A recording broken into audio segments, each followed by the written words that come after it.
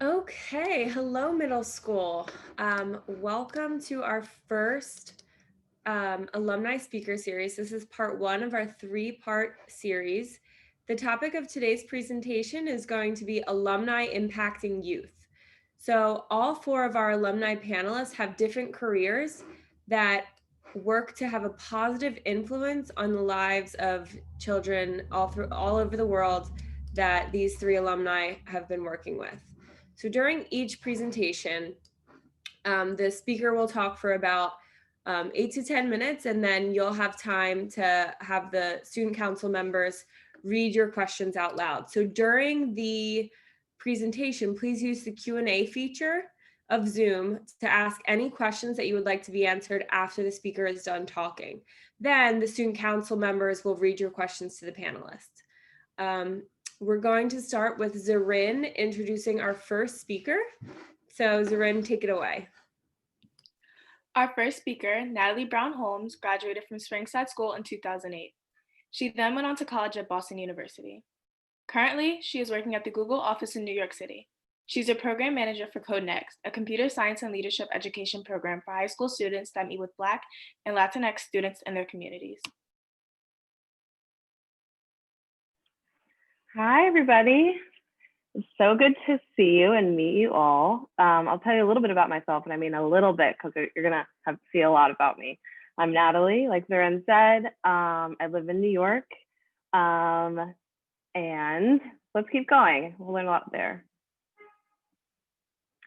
So some fun facts while I was at Springside, and I have to say Springside because it wasn't SCH when I was there. I'm a lifer, so I started in 95 and I graduated in 2008. One of the things that was a highlight for me when I was in middle school, which was the 8th grade corner, which is funny for me to say. The school is like under construction and like they're building the athletic facility, and the middle school was like really crazy then. So that was kind of a place we could go to and hang out away from all of the craziness and the construction that was going on. Another fun fact is that you can spot me in some of the pictures in the athletic facility, like those old ones that are hanging. I know there's one of me in 8th grade in like a field hockey picture, maybe 7th grade. So look out for that. Another fun fact is that I'm friends with a lot of my classmates still, like a lot of them, and I talk to them all on Instagram or text like every day. Two of my favorite classes were photography, which I took in high school, and biology. I think that still kind of represents me. I'm creative, but also, you know, I like science and all that sort of stuff. So that's still a good representation of me today. And I played lacrosse throughout middle school and high school, and I still do here in New York. So I wanted to put some pictures up so you guys could like really see me. The top picture was like the banner of the Springside website for like ever, like at least like 15 years, I feel like. The bottom picture was obviously Halloween in maybe 2nd grade.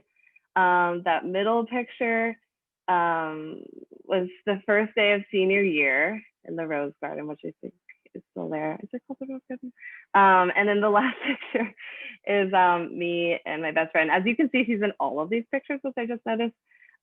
Still best friend. She lives in New York with me, and that's at graduation. So my journey, it's still obviously a path, and it's a windy path, which is something to know. And it's like a dotted line path. It's crazy. So I was at Springside. That could be a really big bubble. So I was there for 13 years. And then I went to BU and I studied a bunch of things. So I started out as pre-med, which means I wanted to be a doctor. But then I really didn't want to be a doctor, but it's because I like bio, and you know, I thought that's really what I wanted to be. And I ended up studying public health and psychology, which means I really like people and I like working with communities. And so you'll see that's something that kind of follows me throughout my career. Then I went to NYU and I continued to study public health and community development. So like, how do we work with communities? You know, how do we create structures and programs that help to support them So I learned a lot about that. I spent a while exploring a bunch of different career paths. And this is important, like to know, to figure out what you like and to figure out what you don't like. And that's in middle school too. You're like, no, this isn't for me, or yeah, this is something I like. And you kind of just take note of what that is, and it's okay to not like things. It's actually important to recognize that. So that helps me to get to Google. So I currently work at Google, and I'll talk a little bit more about it in later slides. And I left another bubble, which is the big question mark, right? So I just turned 30, which probably sounds so old, but it's like, what's next? Because this isn't the end, and I'm still figuring it out myself. You can go to the next slide. So what do I do at Google? I run a computer science and leadership program for Black and Latinx high school students. So that means we have after school programs, we have mentoring, advisory, college readiness support, and really fun workshops. Like we had like a game night the other day. We played like Among Us the night before Thanksgiving for 2 hours. That's what they wanted to do. And we have like cooking classes. So a lot of the stuff that I feel like I got while I was at Springside, a lot of other kids don't get that sort of support and help.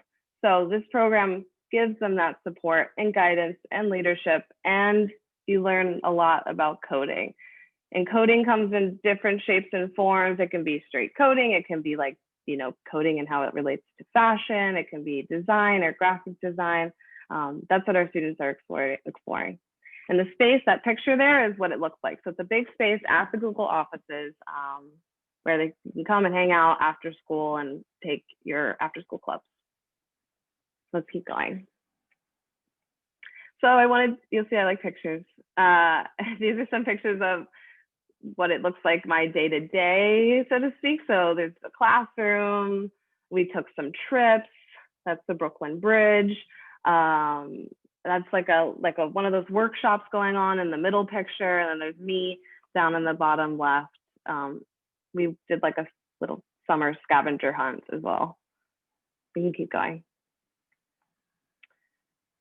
So what it's like to work at Google, it's awesome. It's super flexible.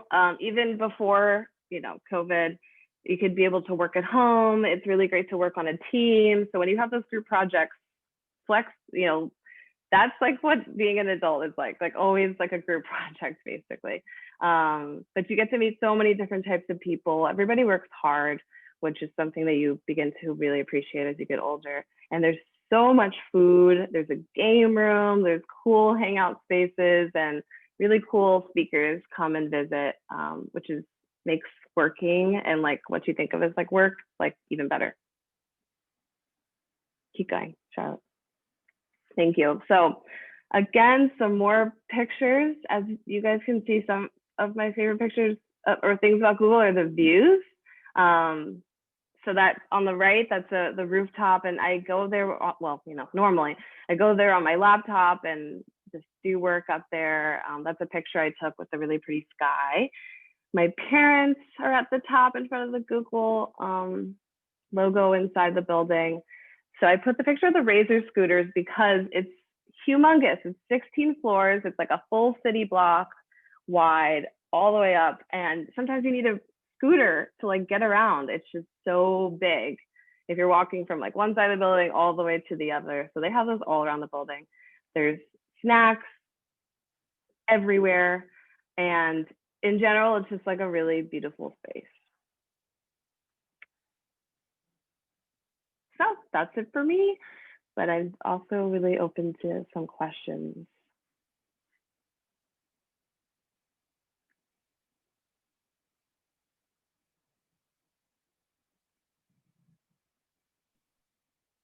What advice would you give to your middle school self? Sure. I would tell my middle school self to be really confident. I know it's really hard to do in middle school, but like whatever you are, whoever you are, whatever you're into, like be into it, just like wholeheartedly. Also be really curious and just like try out different stuff, because why not? And I would ask a lot of questions. So I didn't like asking questions in class. I don't know. I just thought maybe they might not be like a good question. But it's like a really good way of, you have those questions, so you might as well ask them. Don't keep them inside. I'm sure other people have the same ones. And also, your teachers know that you're engaged. Your teachers know that, you're there and you are 100% like present in the room, which is important.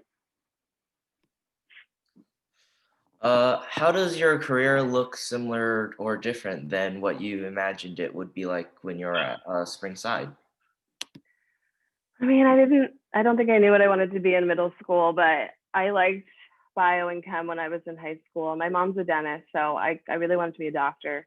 But I realized in college that I didn't like working one-on-one with people. I like working with groups of people, and I like supporting communities like Springside, SCH community, like Black communities that I work with, communities in New York. So it definitely changed from being like, I want to work one-on-one, like on their health, to like thinking about the health and wellness of like big groups of people. Next question. Sorry. How has the pandemic affected your career? Well, we're virtual, like you guys. So all of those things like the after school clubs and mentoring and workshops and panels, all of that is happening virtually, just like I'm sure it is for you guys with school and this. So that's our biggest adjustment for us. Any last questions? Is there a teacher at Springside that impacted you? Yeah, my advisor, for sure, especially in high school. I had the head of school, who was a different head of school as my advisor. That was awesome. And Miss Shankman, she was my 4th grade teacher, and she was just really nice and sweet and helpful, and I loved her. Any other questions? I see some in the chat. What made you want to work at Google? Well, it was first of all, it's really cool, right? It has all those benefits that I talked about, and I get to work with all of these different communities that I want to work with in like a new way, and I got to kind of run the program, so to speak. So that was a really cool opportunity for me. Another question? Was Google your first choice when it came to choosing a company to work at? Well, it's kind of interesting. So you don't nowadays kind of, I mean, our parents, like my mom stayed in her same job for like my whole life, right? But I feel like things are changing a little bit. Like you can shift. You can do this or you can do that, and you can work here and you can work there. And whatever best serves you is where you should be. So at the time, right now, this is the best place that I think I can be at, but that could change. Tomorrow I could be like, I want to do this, or an opportunity could come up and I want to take advantage of that. So taking advantage of things, whether it be in middle school and you want to try out for something, or you want to try something new, you want to learn to code, or you want to take an art class, you want to take a dance class, whatever it is, like just try it, and you can like it or you can not like it. And that's what's important to know. What was the best thing about middle school when you were there? I don't know. Middle school is like I loved lower school. Like that was the best. Middle school is fun. I guess my friends, I did well. I mean, I was always like an A-, B+ student in middle school and in upper school. But I think that my friends, who I'm literally still friends with, made it really special. What's your greatest accomplishment so far in your career journey? I mean, personally, it's just, being able to figure out what you want to do feels really good. I've worked with hundreds of students at this point, and being able to say big numbers like that and, have, the ability to impact people's lives is, basically my goal in life. So I think I'm on that pathway to do that. What difficulties did you face when deciding what career path you want to choose? Well, it was so hard. It's so hard to, pick what you want to do. I think middle school and upper school, you everyone's telling you kind of what to do, and it's very clear. Like, you know exactly what you need to do. Everything's very laid out. And then all of a sudden, when you go to college, nothing is laid out. It's like all these big question marks, and that's like a huge change. And then for a while, it's just a lot of question marks that you have to answer. Nobody else can answer. Fair, I forget your original question. Can you ask it one more time? What difficulties did you face when deciding what career path you would want to choose? Thank you. So I think just having those big question marks that nobody else can answer but yourself. Your parents can't answer it, your friends can't answer it, you don't have teachers there to answer it. Suddenly you have to answer it yourself. And it's like, whoa, this is really different. I think being confident and growing that confidence that you can make decisions and only you, and feeling good about those is the most challenging part, but it's the part that once you get better at it, things get easier. So start challenging yourself now, start feeling confident in your decisions, and who you are now will make things better when you're my age. Natalie, thank you so much. Now Ethan is going to present our next speaker.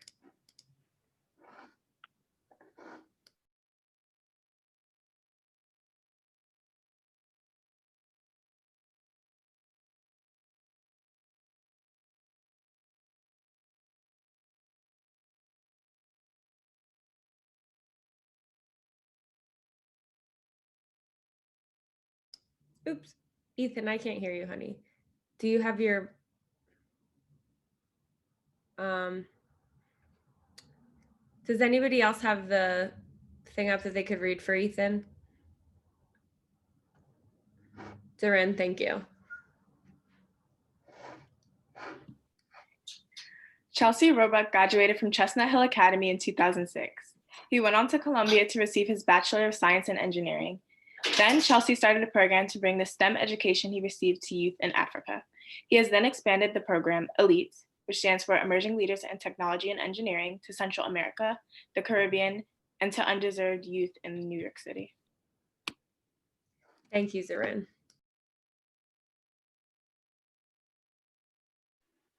Awesome. Next slide. So thank you for that introduction.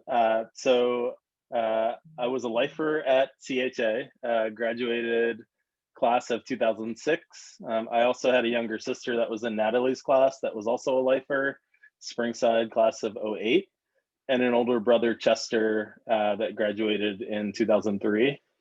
We all actually did a lot of different things in high school. I was the captain of the soccer and track teams. My brother was a really big football player. Victoria played lacrosse, volleyball, and I think field hockey. And we were actually all, I think, captains of our sports teams. I was also really involved in robotics.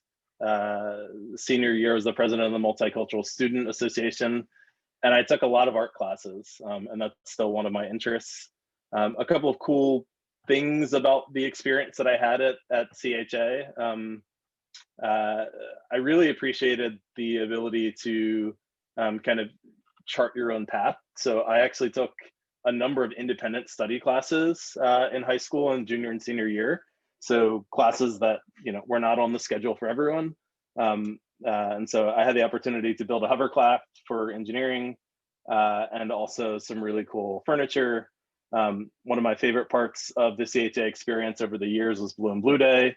I think that's something that you guys still have. I was obviously a part of the Better Color Dark Blue, and that's still a rivalry where 15 years later, going to reunion next year, we'll still talk about. Next slide.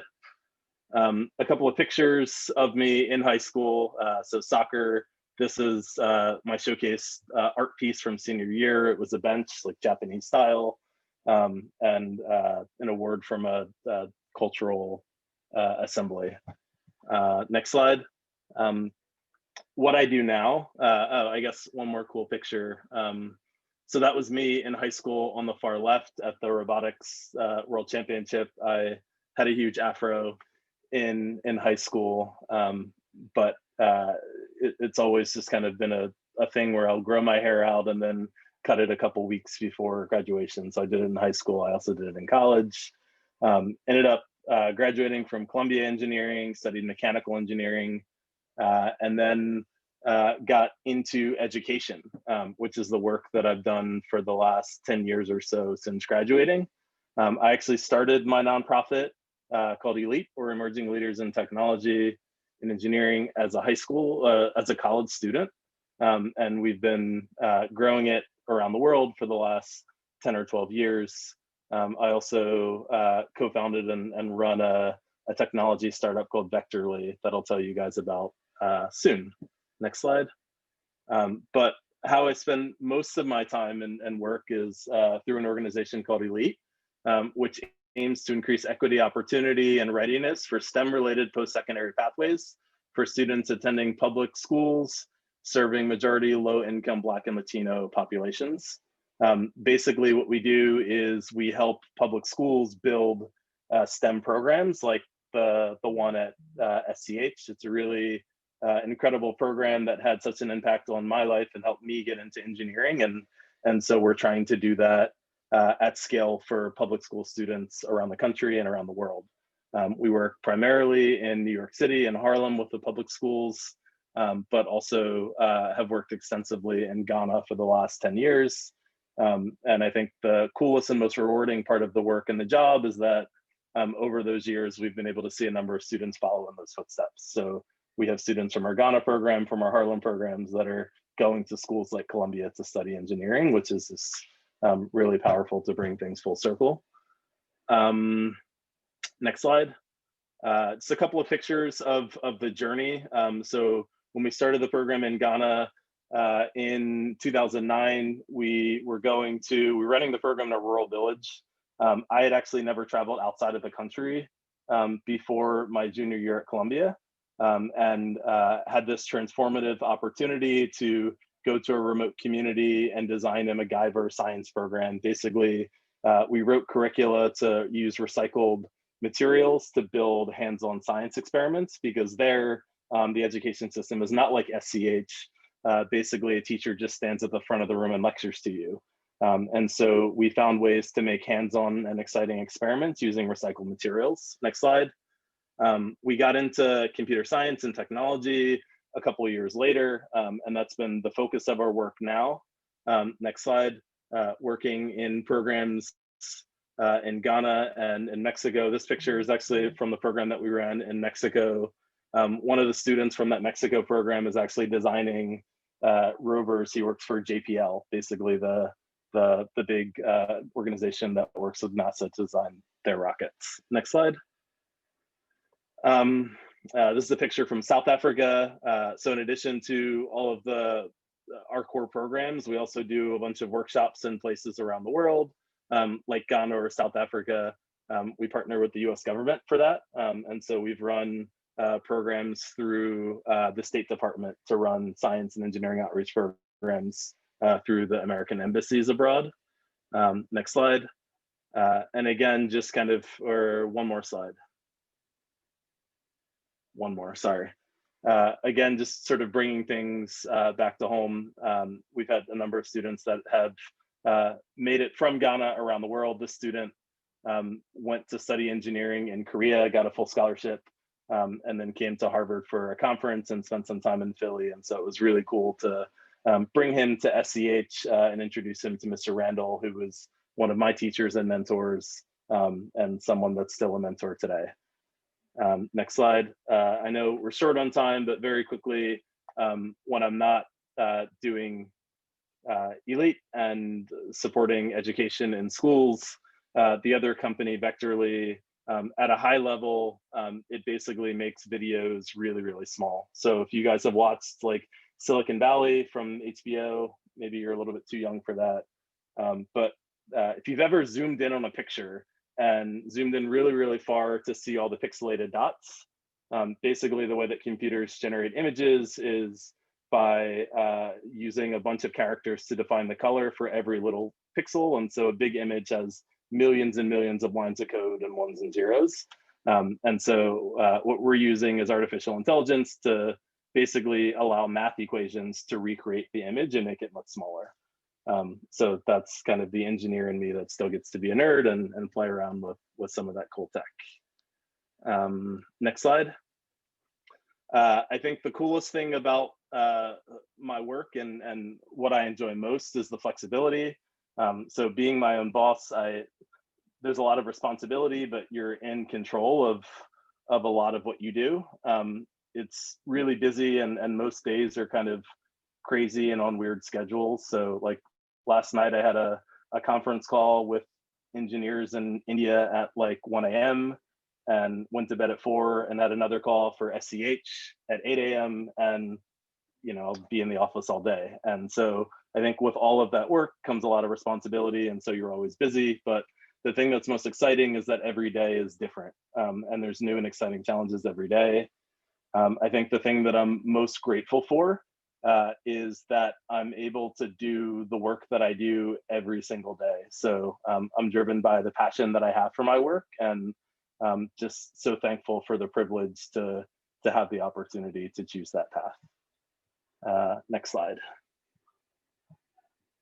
So with that, I'll open it up for questions. I know we've got probably 5 or 6 minutes left, and I can try to weave in some of the other notes into your responses. What was your favorite class in middle school? Favorite class in middle school. So there were 2 things that I really enjoyed. One was math. So Mr. Urban was the math teacher, and he had a bunch of Lego robots in his classroom. And if I'd ever finished a math test early, I could play with the Lego robots. And so 7th grade was the first time that I got to play with robots, continued it through high school. And actually my graduation project at Columbia was a robot that could paint a room. So robots has been a common trend in my life. The other thing that I really enjoyed was service, and that connects to my passion for education. So when I was in middle school, we had these activity blocks. I think you still have them, and maybe you used to have service blocks. We had a service activity where we could go to UCPA and have lunch with and read to elementary school students with cerebral palsy. And I did that every single Tuesday, Wednesday, and Thursday. So I think I actually set the record for the most volunteer hours in like 7th or 8th grade. But this sort of passion for working with kids and education has always been central to what I do. What advice would you give to your middle school self? I think that probably the most powerful piece of advice is to be more confident and use your voice. I'm still incredibly shy. I'm a little bit nervous even talking to you all today. I've talked on a lot of big stages and done things like TED Talks, but every time I'm nervous and shaking and jittery. I don't really like the spotlight. I don't like to be recognized for a lot of stuff. But I can trace that all the way back to middle school and kind of walking around with a hoodie on and not wanting to be seen all the time. And so I wish that that's something that, when I was younger, that I was able to overcome and sort of develop the courage to be my full self. Because even as an adult, many years later, it's something that we still deal with. How has the pandemic affected your career? So I think if anything, it's accelerated it. I think I'm actually more productive and able to do so much more work when I'm not traveling to meetings and I can just click one Zoom link to the next one on my calendar. I'm also traveling a lot less, and so as much fun as it is, it's really exhausting. I think a couple of years ago I took something crazy like 60 flights in the year, and it was super cool to go to a bunch of different countries. But at the end of the year, it was like I don't want to travel again. And so just having time to slow down and really lean into the things that are most important is what I enjoy most about the work. What advice would you give to a middle school student who is interested in a STEM career? Focus on the math. There's no way to sort of get around the math. I think I didn't really love math until probably after college, but it's something that even when I went to engineering school, I didn't fully appreciate the amount of math that I had to do. And so going into engineering, even before I could take a real engineering class, there were probably 5 or 6 different math classes, like up through junior year. And it goes all the way through calculus and differential equations and linear algebra. So if you're interested in STEM, you can't avoid it. And try to spend as much time as you can understanding the fundamentals now, because it's going to be really valuable later. Did you have to learn any different languages before you traveled? No, and I'm actually not great with language. It actually connects back to my SCH experience. So when I was in middle school and I signed up for language, I listed Spanish as my first choice, French as my second choice, and instead they gave me Latin. We didn't even get to list 3 choices. So I took Latin all the way through 10th grade. Once I graduated out of that and was excited to get rid of the language requirement, I still really wanted to learn Spanish. So I actually took an independent study Spanish class for my last 2 years of high school, which meant that I would never went to class. I would just show up during my free period or lunch period to take the tests, which means that I can read and kind of write, but I can't speak it. And so most of the countries where we worked and run programs, unfortunately, they're in places where English is the primary language, because I've never really gotten good at linguistics. Coding languages, yes, but speaking languages, no. Thank you so much, Chelsey. Next up, we are going to have Nadia introduce our next speaker. Our third speaker, Carolyn Tague, has lived in Alaska for the past 25 years.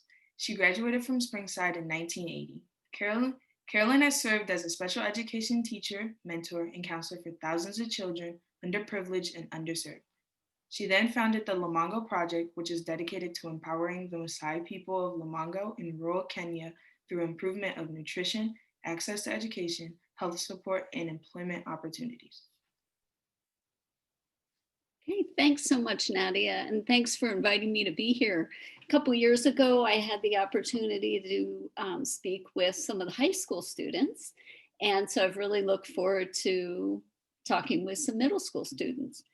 I attended Springside for 11th and 12th grade only. I went to Catholic grade school, and then I went to Girls High for 9th and 10th grade. And even though my time at Springside was short, what I really appreciated, and looking back, I appreciate it even more now, is how I was accepted. You know, I was worried, like, I'm new, and some of these girls have been there for, you know, like Natalie, their whole lives. But they were very welcoming, and I've made lifelong friends. So I really appreciate that about the culture at Springside, and I hope it's still that way. And Springside was all girls at the time, but for 11th and 12th grade, we did have classes with the CHA boys. So it wasn't just girls, except for PE. PE was separate. I don't know if that's still how it is now, but then I went to Penn State University. And after that, about 6 years after graduating from Penn State with a degree in education, I moved to Alaska. And I've lived in Anchorage, Alaska since then. Next slide, please. So a couple pictures. That was my backyard in Alaska, and I live in the city, but we have a little bit of a backyard and lots of snow. So that's pretty much how it looks right now. We had a big snowstorm over the weekend. And then the next picture are some moose. Moose wander in the city here. You might have to stop your car and let them pass. There's a park that's behind the houses that we face, and then there's a park behind the houses behind us. And so it's kind of a moose highway. So moose are continuously coming through our yards. There was one there last night. Next slide, thank you. So in Alaska and also in Pennsylvania, I was a special education teacher for 32 years. So within that career path, I did various I had various roles and worked with students with various disabilities. And it was very rewarding. It was challenging, but rewarding. But I also had another dream that I needed to pursue.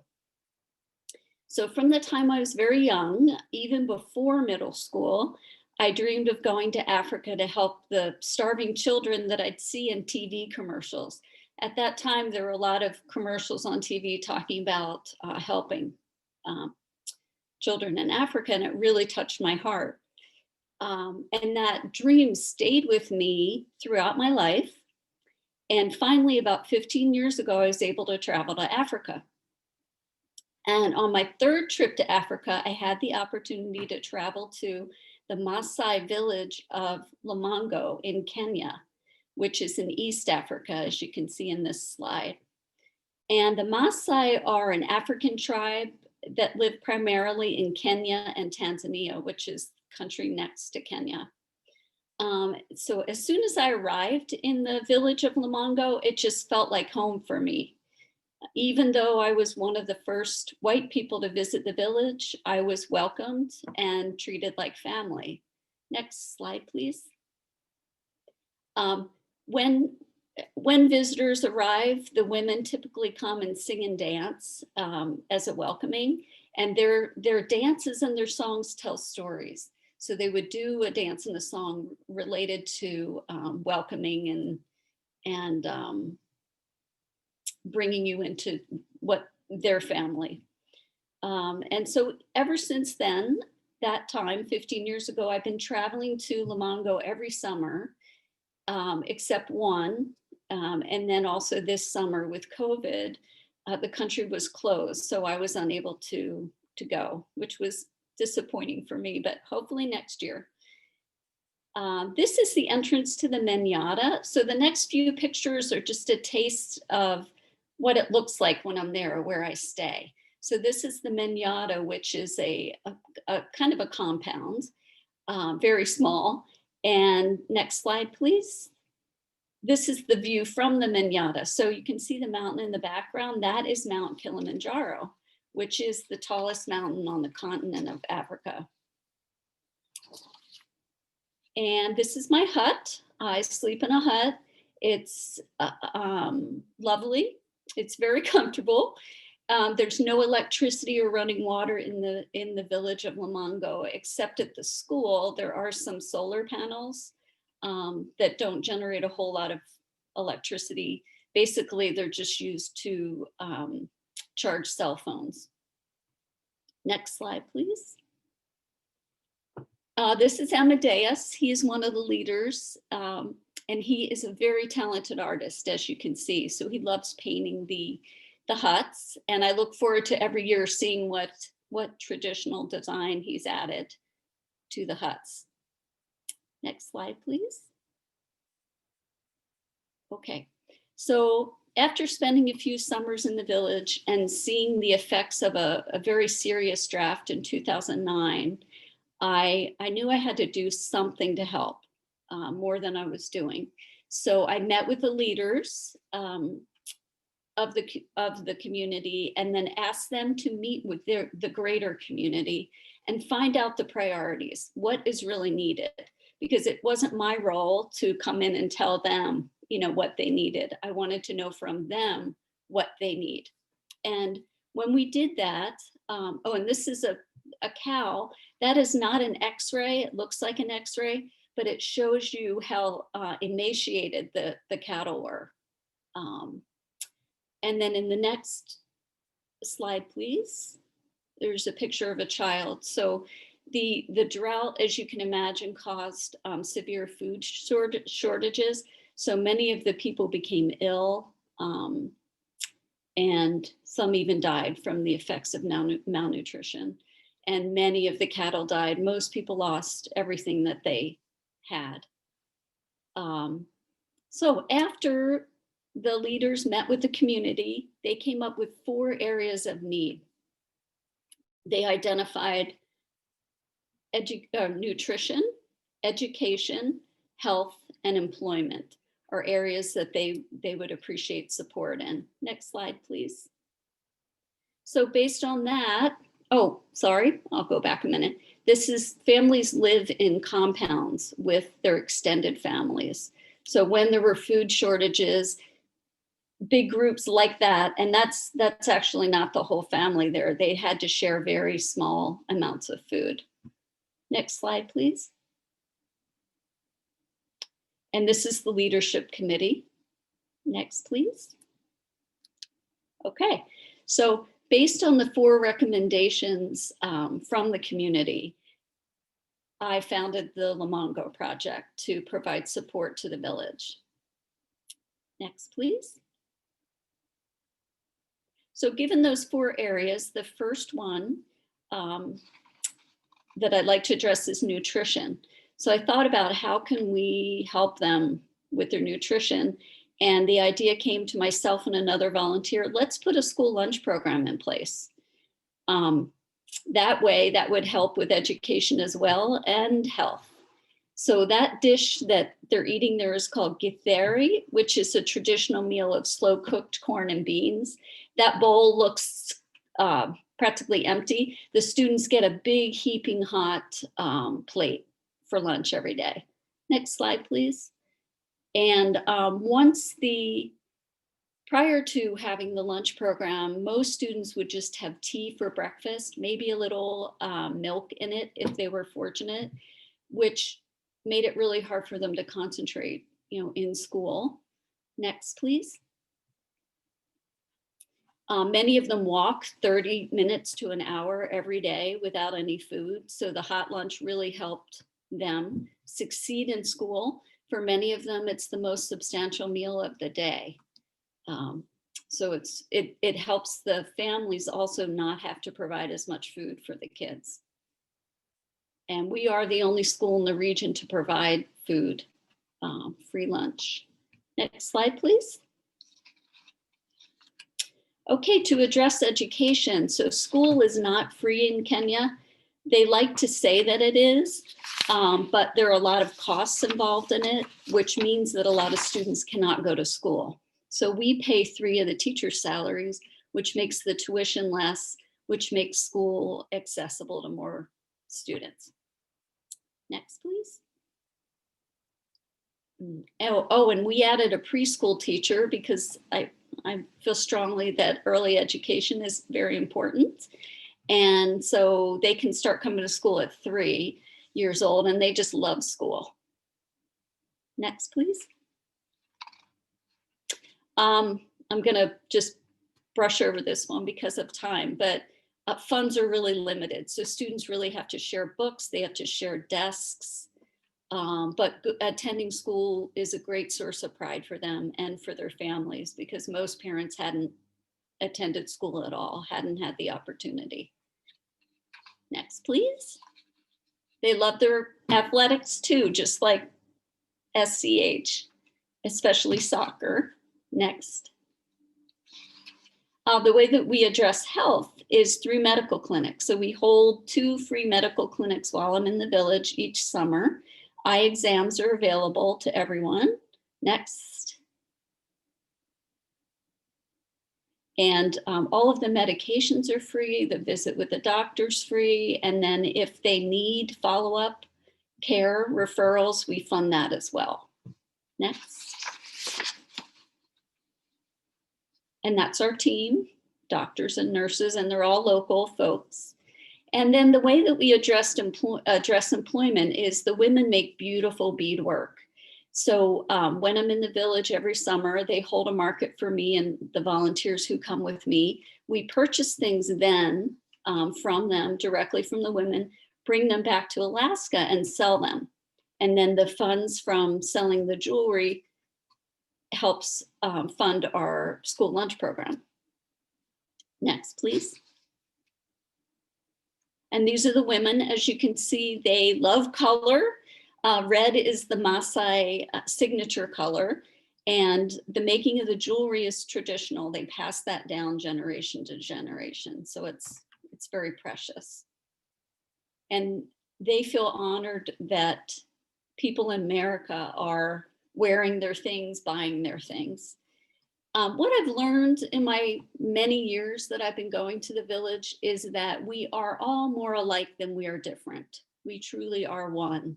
Even though our backgrounds are different, you know, we live in different countries, the color of our skin is different, we speak different languages, we are all truly one.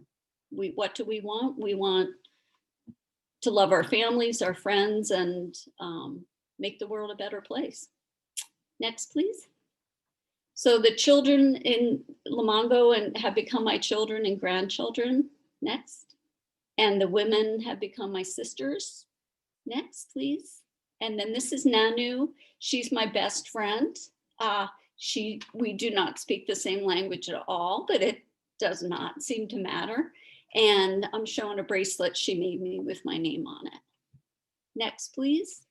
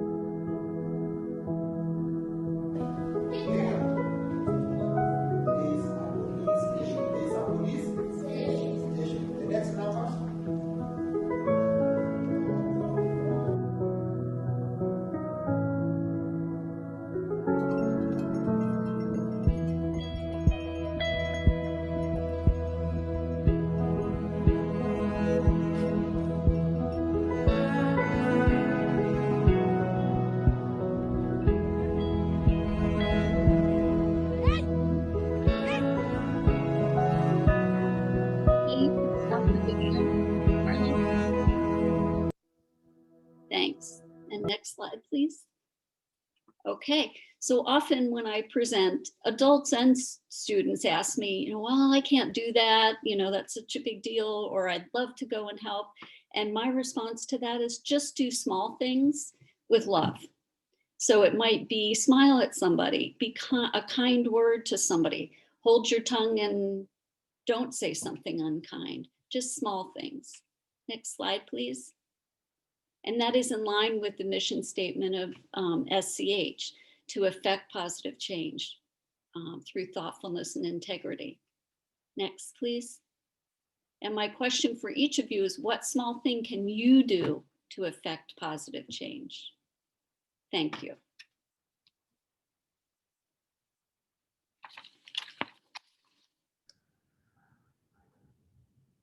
Zerain, you can ask the first question.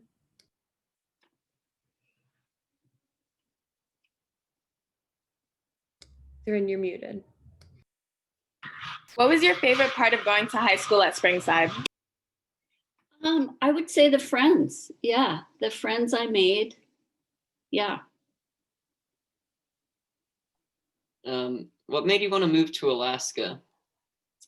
Oh, good question. Frankly, a man. So I fell in love and he thought it'd be cool to go to Alaska. So we went to Alaska.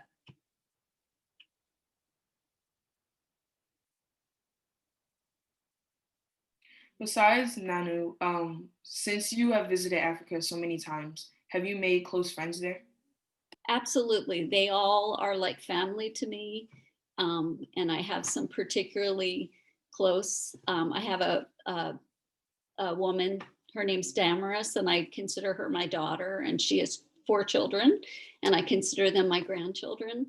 So that's one of the very special bonds I've made. What is your favorite part of living in Africa? My favorite part of living in Africa? I think just being turned off, you know, away from like the day-to-day busyness and the tech and everything else, and just being there, being with the people and feeling their joy and experiencing another culture that I find just beautiful. Thank you all. I think I'm a minute over my time. Don't want to take anybody else's. Thank you so much. Thank you so much, Carolyn. Now we're going to have Pat present our last speaker. Take it away, Pat.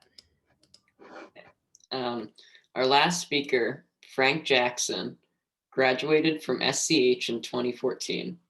He then went on to Texas Christian University. During his time in college, he studied abroad in Quito, Ecuador, where he lived with an Ecuadorian host family. Then he decided he wanted to explore a career in education. So in 2018, he joined Teach for America and worked with some of the highest need youth in Texas to carry out his vision of ending educational inequity for all students. Now, Mr. Jackson has decided to return to his roots as an SCH upper school Spanish teacher. He's also studying positive psychology for his master's degree. Thank you very much. Before I really begin, yes, this is a picture of me in 6th grade. Could I please have all 275 people, if you can, stand up where you are, and once you stand up, please raise your right hand, put it on top of your head, get your left hand, put on your stomach, and try to pat your head and rub your stomach. Everybody try. I'll try to give you my view.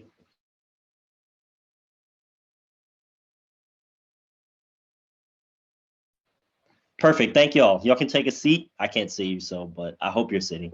All right. Hey everybody. Like Patrick said, I am Frank Jackson. This is a picture of me actually right before 6th grade. I graduated a program called Stepping Stones, and this is one of my teachers. And this program got me a full ride to then CHA.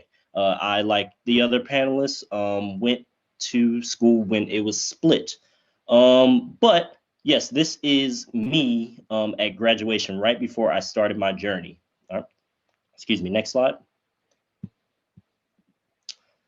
So here, a bunch of pictures. This is my time in high school, unfortunately, and I guess my lesson, these pictures kind of relate to my lesson from my middle school days. In middle school, I had a bunch of pictures, and if you remember my first picture, I had braids.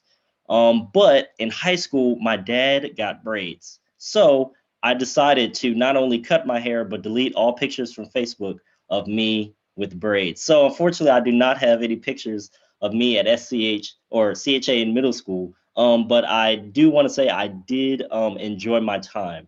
Middle school was a tough adjustment for me. Just coming from, I live in, if anybody knows, West Philadelphia.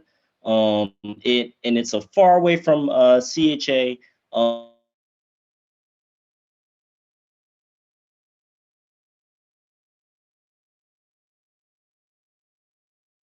Sorry, I get disconnected and connected. But coming to SCH, it was an adjustment to get used to being around people that look different than me.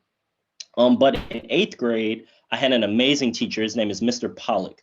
He was an English teacher, and he really taught me the power of my own voice. He introduced me to poetry, authors that represented the world I came from, living in West Philly. And he really taught me how to use writing and school as a way to not only deal with the things I was dealing with, but also share my opinions, and really give voice to some of my thoughts. Fast forward to high school, I began to enjoy my experience, as these pictures show, even more. I got involved with sports. Top left corner is me playing basketball. I was on the basketball team, varsity, and I was known as the PC killer. Now, I'm not talking about murder or anything like that, but I had a history of this picture hitting game winners against Penn Charter. So if anyone's a Penn Charter fan, I'm sorry, but I am known for knocking them down in basketball. The other picture, top bottom right corner, is a picture you may recognize near the gym that shows me similar, excuse me, sorry, is a picture of me playing basketball on my senior year. I had a little bit more hair back then, and I kind of miss it, but it was a fun time. I also ran track, bottom left corner, with Mr. Hines, who many of you have seen or may know when you get to high school. But this is us at nationals. competing for, I believe it was, I competed for long jump and also for, we did a relay race. I don't remember, we lost, so it's not very memorable. So that's one side of my experience. The other side was the infamous Blue and Blue Day. I'm team light blue. Sorry, Chelsey, light blue. We won my senior year. We don't win that often. I don't know what it is now. And then also my involvement in the school. So I went to, I believe, what's the abbreviation? SBSLC. It's a conference for students of color to go to. And really started my journey, I would say, towards becoming a teacher, though I didn't know it back then. It was a great opportunity, as the other panelists have talked about, to just learn from other people. I learned I was truly a people person. I loved facilitation groups. I loved discussion. And this was really my first outlet to do that and eventually become a leader. This other picture with the rocket hat is just me being a goofball. And then this final picture at the top right was really another experience that really changed the course of my life. While I was at CHA, I got an opportunity to spend 10 days in Spain. So I went with some of my classmates and a teacher that now is my coworker, and we got to explore Barcelona, Madrid, and Zaragoza, Spain, which was really, really amazing. Next slide, please. And so this slide is sort of my North Star. For those who have ever seen my father, he was always next to a camera. He was the cameraman. And really what he taught me, and why I have this picture, is that he taught me to capture the moment. Your generation has a great opportunity. You have so much social media, iPhones, all those things. You have plenty of opportunities to capture memories. The key, though, with him is that he allowed me, with his camera, for me to enjoy the moment and be in it, but also look back on it. Next. Disconnected again. All right, I'm back. Cool. Next slide, please. Now, fast forward to TCU. Again, we have more goofball pictures. Here, you can see a couple pictures of me with pizza. I really love pizza, and college gives you plenty of opportunity to eat lots of pizza. So I definitely took advantage of that. I also got an opportunity, again, to lean into others, right? I got the opportunity to lead orientation. These pictures of me in those short shorts and me going like this it's TCU has this frog camp where you get introduced to the culture of TCU and just the fun side. Top left corner, I got the opportunity to compete on ESPN, a show called Battle Frog. And it was a really, really cool opportunity for friends to see me compete on ESPN, and it was kind of like American Ninja Warrior. The show no longer exists, so I got lucky. I caught lightning in a bottle. And then the bottom right is me with my friends when I was studying abroad in Quito, Ecuador. I really got a cool opportunity to go to a World Cup qualifier game with Ecuador versus Colombia. And it was really, really loud, lots of cheers that I didn't understand because it was early on in the trip. And next slide, please. And actually, next slide, I can flip back to that. Okay, fast forward again. I decided to join Teach for America, which is working to eradicate educational inequity, which really means that they're trying to put all students on an even playing field, right? We're really lucky here at SCH to have so many resources at our disposal, right? We have giant fields, we have beautiful campuses, and we have wonderful teachers. Well, not every school is that lucky. So my journey as a teacher started at a school that didn't really have those resources, right? Similar to, similar to what Miss Carolyn talked about. This school did not have a lot of materials at their disposal. Students had to share books. A lot of my books that I had in my classroom were ripped apart or 50 years old. My students, even just down in Texas, ate one meal a day, were homeless, were foster children who were struggling going between houses. And so as you see, if the middle picture, that is a slogan we stated every day in my classroom to make sure that my students were reminded of the amazing people that they were and that if no one else told them, that they were smart, beautiful, strong, loved, and enough. And fast forward. I'm sorry, next slide. Final slide. I'll bring it back to my dad, full circle. My dad was a teacher for 40 years. He taught special education. And my whole life, I was like, I'm never going to be a teacher. I hate it. Oh, no, I don't like it. I visited school. I never want to do it. But how life works is that the influences you get right now as you're in middle school from your parents or people that you look up to, you end up falling in love, not with maybe the profession or what they do, but the feeling that that you have doing what they did. So what you realize is it really doesn't matter whether you're working Google, you're helping children in Africa, or you're a teacher back at your alma mater, or even working with students in the STEM field. It's the feeling, the reason we all do the work we do, right? So my dad really taught me that. He didn't ever like every day at work, but every day he had the opportunity to help kids and help have a better future. And I think that's what all of us on this panel really are working to do, right? I came back to SCH as a teacher because I really want to make sure that all students at the school feel welcomed, feel like they are, just as I told my last students, are loved, are smart, are beautiful, and are enough. And that's really, I guess, my mission as an educator now and as a Spanish teacher up at the Willow Grove campus with the high school.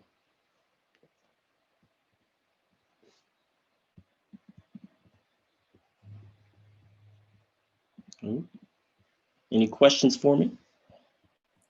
What is it like in Ecuador, and why did you choose to study abroad in Ecuador? So, quick story. My best friend growing up when I lived in Germantown for the first half of my life, his mom was from Ecuador. So every other summer, he would go to Ecuador, and I could never afford it. And I was always jealous. And I always wanted to learn Spanish, similar to Chelsey. And in college, you have an opportunity to live in another country. So I jumped at it. And Ecuador is a really, really amazing place. I stayed with my Equa mama and my Equa brother, and they spoke no English. And I had to learn for 6 months how to survive in another country. I eventually learned, but it's a very, very beautiful place and amazing people. And as Ms. Carolyn talked about, no matter where you are, people at their core are pretty similar. Did you have a favorite subject and or teacher at SCH? Yes, English by far. I love to write. I love the power of storytelling through poetry, spoken word, short story, fiction, nonfiction. I love stories. And my favorite, I have to give two. Well, actually, I mean, I had a few. One of them you all have, Mr. Wolf. I loved Mr. Wolf. I didn't really like math, but he made it the best he could. And then Mr. Pollock, as I mentioned earlier, and Miss Spofford, who was my 6th grade teacher. What made you want to become a Spanish teacher? Spanish teacher. You know, Spanish teacher, I never thought it would be in the cards, honestly. But I think what the other speakers have talked about is sometimes life shows you what you should do rather than what you actually want to do, right? So I was an English teacher my previous 2 years. But with my love of Latin America, my experience in Quito, I had the opportunity in coming here to switch to the other side of the fence of language. And I've really enjoyed having the opportunity to push myself every day by speaking a new language and also teaching not just a language, but the culture of a new place that, you know, not many of us are exposed to on our day to day. If you could go back and change one thing from when you were in middle school, would you?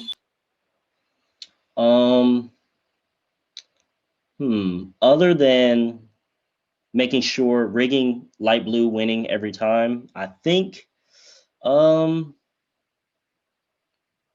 honestly, I don't think I would change a thing. Even the struggles, they're what made me who I am today, right? And it lit a fire under me to eventually come back to teach here, right? So it's easy to say, oh, I would change this, I would change that. But I think the struggles are what make all of us who we are, and even especially in tandem with the good times.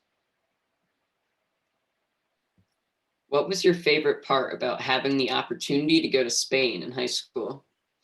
Ooh. It was my first time in another country, and I just remember walking in Barcelona down the street. They have stone streets in part of the city, and I just remember looking around, and I was like, "Wait, so my friends and family are back in the United States, and I'm here, but they don't really know what I'm doing. They can't see me. It's a different time." And just I was connected to the whole world. I think I felt small in a good way, and it connected me to everyone and all the lives that are going on simultaneously as we worry about all of our little problems. What was your favorite grade at SCH? Favorite grade? Whew. I think senior year, and not because school is over, but because that's the grade where everyone's sort of sighs of relief. And I think the equivalent in middle school is like 8th grade, right? You're like, we're the oldest, we run things, and all of our friends and everyone is more connected, right? You're not afraid of what's going to happen. You kind of know how the classes are going to go. You've heard about all the teachers, and so you can really enjoy your experience in each day. What was it like when you were with your host family in Ecuador? Did they ever inspire you to do something? Yes. So my host family was amazing. I was very, very close to them. Um, I oh, I'm sorry, my computer's lagging. I just heard an old question. But yeah, so my host family, did they inspire me? I would say my experience inspired me. I worked with a nonprofit called Extreme Response, and I got to work with kids whose parents worked in sanitation, and so they couldn't watch them after school. And in school, the lower levels get out after 12 o'clock. So I'd work with them, and I worked with one student in particular who really whose father was unfortunately killed, and he was really having a tough time. And so for me, I kind of stepped into that role as a darker skinned person, and was able to kind of help him through those moments. He was about 8, and he was illiterate. So I got to teach him the alphabet. And really just talk to him and kind of work through him speaking Spanish and me speaking broken Spanish, to kind of help him, right, beyond just learning the alphabet. Awesome. Well, thank you. Thank you so much to Natalie, Chelsey, Carolyn, and Frank for joining us today. Middle school students, I hope you really enjoyed this presentation today. Again, this was part 1 of our 3-part alumni speaker series. Our next alumni speaker series segment the topic will be alumni with careers in sports. So please stay tuned for that for December 17th. And I think Miss Pepino wanted to say something before we ended. I think she's on here. Charlotte, can I say one thing? Go for it. And anybody else can say a closing word if you really quick. It's go gold. Would you say go gold? Go gold. So we have yes. a go dark blue and go gold. I was the gold team captain senior year. Go gold. I love it. I love that blue and gold and blue are still going strong in the competitive spirits. I just wanted to say thank you so much to the 4 of you for speaking to our students and being such an inspiration. I think it's really extraordinary, the paths that you've taken, and I'm so glad that Frank's path has led him back to SCH. Perhaps that should be an inspiration to the rest of you. You know, there's maybe some way you could come back. But really, your stories were incredible, and what you're doing in the world to affect positive change. One of the parts of our mission, my favorite part, is really, really powerful. And I think it was really interesting to hear your stories. And as much as it's nice to hear the stories of 4 people who are doing amazing things in the world, it's even cooler to know that they grew up here in these walls, and that this could be some of our students in the future doing equally powerful and meaningful work in the world. So I just want to say thank you so much. This was our first crack at this, and it was really amazing. And I want to thank Ms. Bader and the student council students for facilitating this and all the work that went into it. So on behalf of SCH, it's hard because you can't see the 300 kids watching you and their energy. I know that it's a really strange thing, but I can tell from the questions how engaged they were and how great this was. So just wanted to say thank you from us. Thank you. Shout out to the panelists and the student panelists too. Thank you. Yeah, thank you guys. This is really good. Very much. Thank you. Everybody have a great day. Thank you all for attending. You too. Bye, Charlotte. Thanks, everyone. Take care. Thank you.